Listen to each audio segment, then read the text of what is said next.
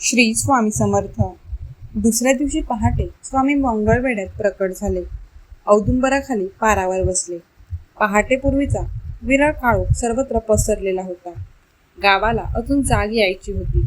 स्वामींच्या भोवती प्रकाश पसरलेला होता. कृष्णभट कापशीकर नावाचा एक दत्तभक्त त्या अंधार भारल्या पहाटे देवपूजेसाठी फुले गोळा करायला बाहेर पडला होता.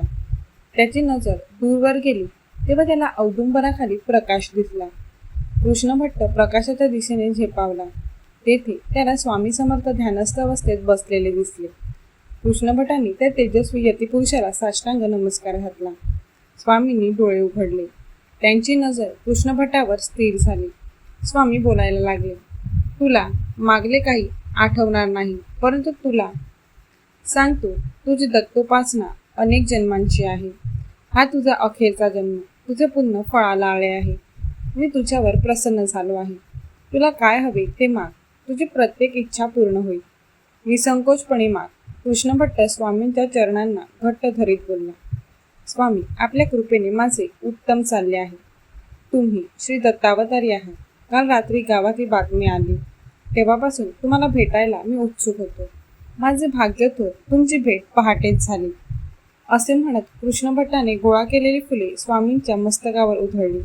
स्वामींना साष्टांग नमस्कार घातला. कृष्णभट्टाचे सात्विक व्यक्तिमत्व आणि निखळ प्रेम स्वामींना जाणवत होते. कृष्णभट्टाने स्वामींना विनंती केली. स्वामी, आपण इथे पारावर बसला आहात. आपण माझ्या घरी चला. मी आणि माझी पत्नी आम्ही दोघे तुमची षोडशोपचारे पूजा करू. तुमचे आशीर्वाद लाभले तर अधिक आनंद मिळेल. स्वामींनी मोठ्या प्रेमाने कृष्णभट्टाला दोन्ही दंडांना धरून उठवले आणि म्हणाले, तू जा, मी येईन तुझ्या घरी. भक्तांच्या आयुष्यातल्या अडीअडचणी स्वामी कशा दूर करतात ते मी तुम्हाला आता रोज सांगणार आहे. तुम्ही फक्त तुमचे लक्ष माझ्या बोलण्याकडे केंद्रित करा. यमुताई खूप आजारी होत्या. सर्व प्रकारचे डॉक्टरी उपाय करून झाले, परंतु गुण काही येत नव्हता. त्या स्वामी भक्त होत्या. त्याने आपल्या मुलीला सांगितले, मला रोज स्वामींच्या चरणांचे तीर्थ आणून द्या. स्वामीच मला बरे करतील. त्याप्रमाणे स्वामींच्या चरणाचे तीर्थ सकाळ संध्याकाळच्या आरतीनंतर यमुनाताईंना देण्यात आले. 8-15 दिवसात त्यांना खूप गुण आला. रात्री झोपताना स्वामींचा अंगारा कपाळाला लाभला की त्यांना शांत झोप लागत असे. एक दिवस त्या म्हणाला, स्वामींनी मला दर्शन दिले.